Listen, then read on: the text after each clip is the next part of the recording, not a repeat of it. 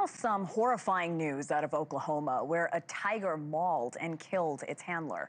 Ryan Easley ran the Growler Pines Preserve, which is a private facility offering tours and demonstrations with retired circus tigers.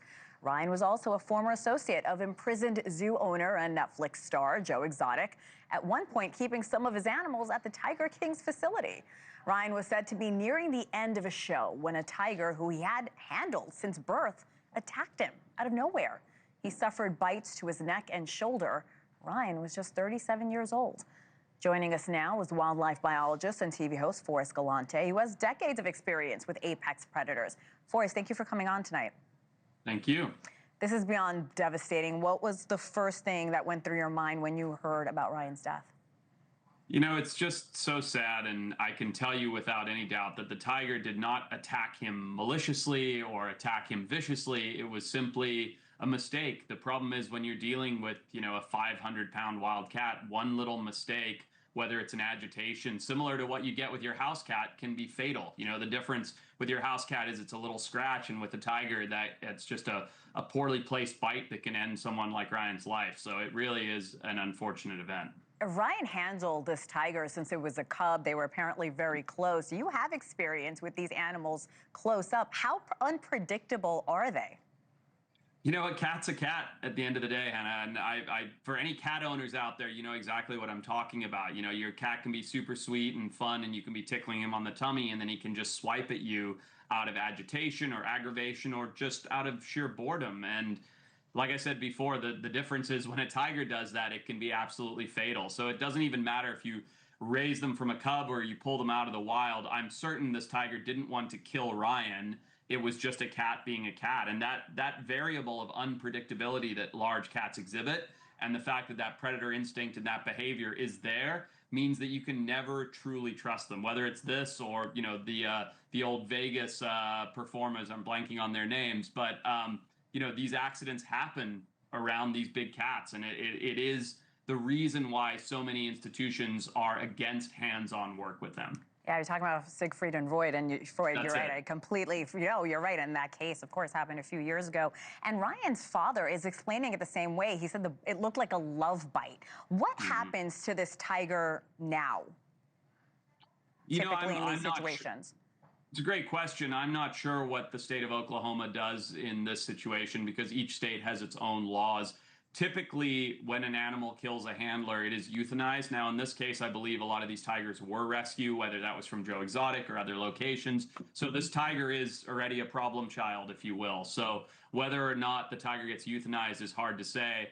The unfortunate thing about it is it's not the tiger's fault. While the tiger may have, as his father said, given him a love bite that ultimately was just poorly placed and ended Ryan's life, it was just a cat being a cat. So I'm not sure what will ultimately happen to this animal or any of the other animals at his facility, but hopefully if they are rehomed, they're rehomed to places where perhaps there's a little bit more hands-off nature, because ultimately, even though I do think the cats tend to enjoy that behavioral enrichment and that connection with people when they've been hand-raised, it never really is safe. I mean, look at the size of that animal. It's absolutely incredible. They weigh close to 500 pounds. You mentioned Tiger King. Joe Exotic wrote on Facebook, he wrote this: "We don't need further laws to ban tigers because of this, because you can get killed doing just about anything." Would you agree with that? Yes, but if you decide to hold a metal pole up in a lightning storm, you're more likely to get struck by lightning. You know what I mean? If you're playing with a tiger, you're more likely to be killed by a tiger. I think that law and regulation is already relatively loose in the state of Oklahoma around big cat ownership, which is why this preserve was there, why Joe Exotic's preserve was there.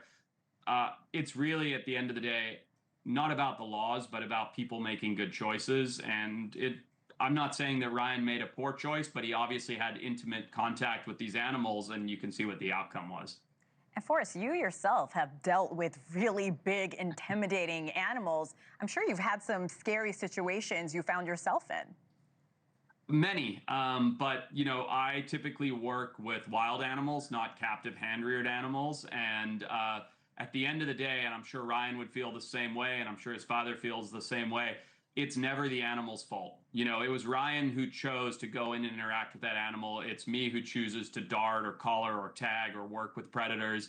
And if something happens, It's because we have put ourselves in those situations, whether that's for love of the big animal or to try and save it or to try and hunt it, whatever it happens to be. And it really is not the animal's fault. That tiger did not want to attack Ryan. Do you know what I mean? Ryan went into his enclosure and was working with him, and this was the very unfortunate outcome. So it doesn't matter what line of dangerous predator work you're in. If you're working with them, there are huge risks involved.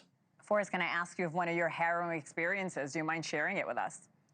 Yeah, I mean, I was darting lions in Zimbabwe a few years ago, and one of the tranquilizers did not take fully. And so I had this big male lion come rushing over to me, and I ended up dropping flat on the ground in my camouflage because I was tracking him on foot. And he basically fell asleep on top of me, which, had he not been as drunk on his dart serum and I not laid flat on the ground, it could have been a similar result to this. And that's with a wild lion. And you just never know what's going to happen in the field with these things. It is so unpredictable, but you can see how magnificent they are, and they deserve all the respect and love, and not fear, but attention that they get in a positive light, in my opinion. Well, that's an incredible story. I'm glad you're okay. And I appreciate you coming on today and talking about this. Forrest Galante, thank you. Thank you.